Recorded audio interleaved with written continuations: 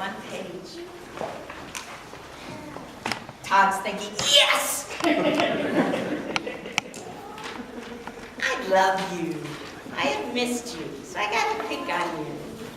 All right, so today, my friends, is a day of open discussion.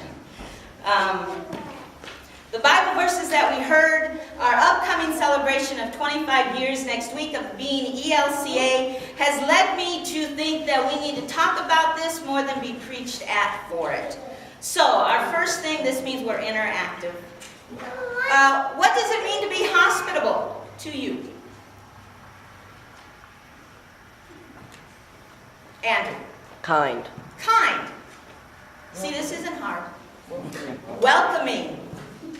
I was going to say welcoming. Oh, you took Matthew's word. You're a teacher, you'll know. Isabel? Helpful. Yes. Who else? What else does hospitality mean? Michaela?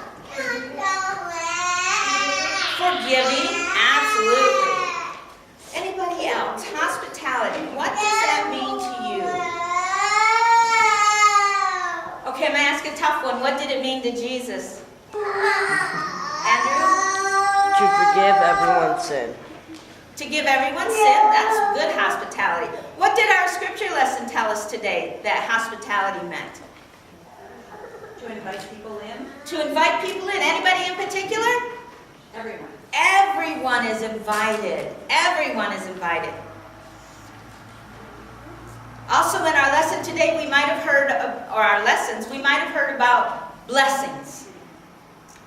How can we as a person, one person, a singular person, how can we be a blessing to someone? To always be there to help them when they need it. Barb, that's beautiful. To always be there when they need us to help them. Absolutely, that is a blessing. I know a blessing, 7 more Sunday school teachers. I digress. Andrew, what's it mean to be a blessing to someone? It means to be a blessing to someone by being kind to them. Being kind to them.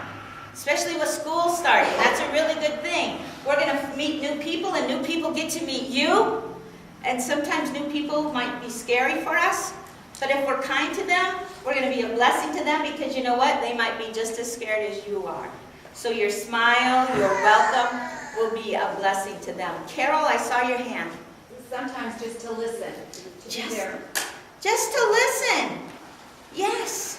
That's why God gave us 2 ears and 1 mouth. But today I'm asking you to use this and these, but a lot of this. What else does it mean to be a blessing to someone?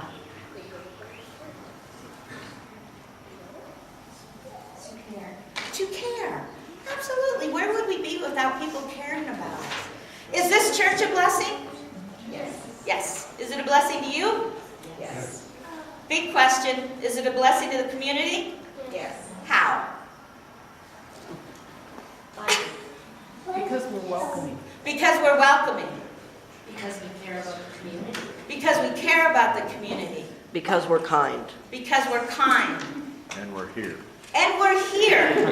We're here. I feel like Horton Hears a Who. We are here. We are here.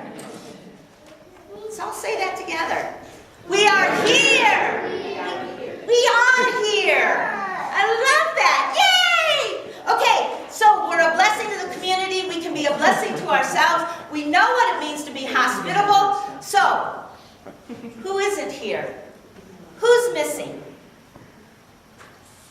Andrew, you're not missing. Ashley. Ashley. She's going to love this. She sees this on the website. Yes, Ashley, you're missing, and we know it. They're at a wedding in Nebraska, so it's quite all right. You got the church. The unchurched are missing. Yes, thank you, Eric. Who else is missing? The sick, The sick. How? they're in the hospital or they're at home or they can't make it. What can we do about that to be a blessing? Visit them. Absolutely. Who else is missing? Jesus said we should We should invite the blind and the lame and the amputees and Hearing impaired? the hearing impaired. Yes, yes, the hearing impaired. We have the potential for a great witness. Friday night at our home, we had invited the new members of the congregation to meet and talk to celebrate their newness next Sunday. And Jamie and Brent shared with us a person who is Barb did. You did? Well, you must have just done a lot of talking. I did. Barb introduced us to a person who is hearing impaired. He can talk to us, He can hear a little bit with hearing. and he can hear a little bit with hearing aids. So we had a great discussion about how can we make an opportunity for him to be a blessing to us and a blessing back to him from us. So we're going to be working on some hearing devices to help amplify things here at church. The music and the speakers and all those things, including me, believe it or not. Okay, Ron says I'm already too loud, but I think It's when other people read or speak. yeah. Thank you. Okay, that's the truth. But depending where their hearing loss is, my voice does not carry to them. So it doesn't matter how well I can vocalize, their hearing may not catch that particular tone. So we're anxious to see how we can help get some amplification so this gentleman can join us and enjoy this service and become part of God's family through worship. And in return, not that we expect anything, but I'm really excited about this potential opportunity that he in return could do the Lord's Prayer with us as he does it in sign. And I think that it's beautiful because when Jennifer Collins was with us and would sign the hymns, I just gave up singing because all I wanted to do was watch her sign the hymns. And it's a beautiful, beautiful thing to watch somebody sign God's words.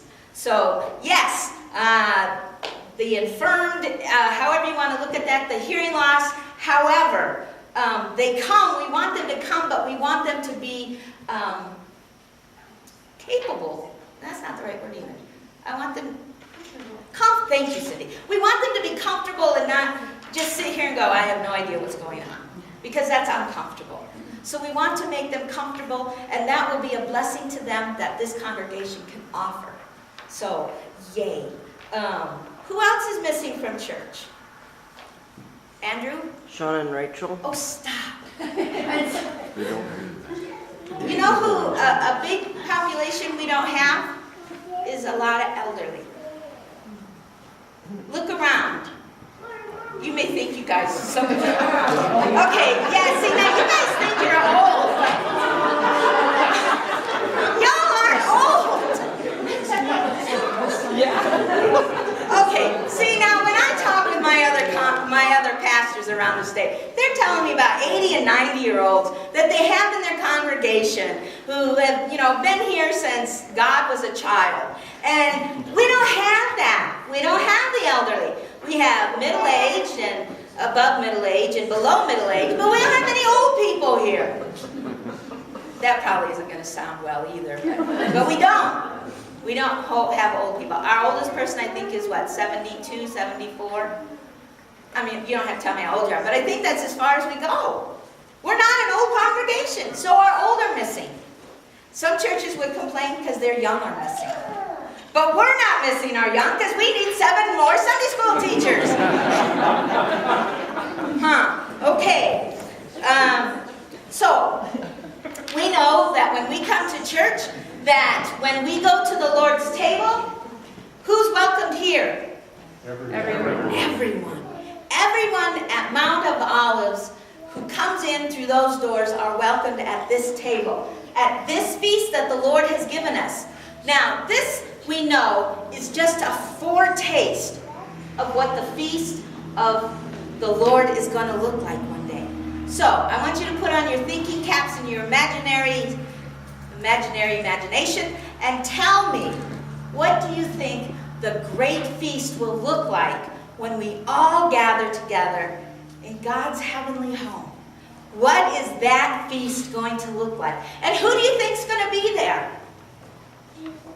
Jesus is going to be there. Thank you, Kellen. Who else? Everyone who believes. Everyone who believes. What if I don't have a knee anymore?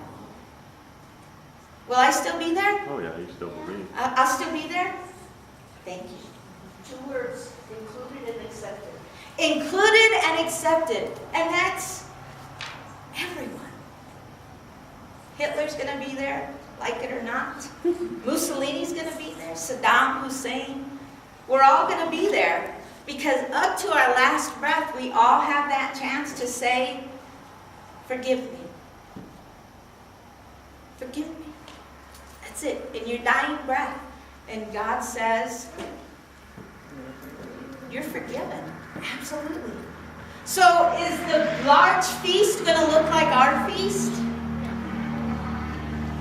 Our feast can't begin to compare to the blessings we'll receive when we're in the larger feast, surrounded by all of God's children, young and old, black and white and purple and orange, one arm or 6.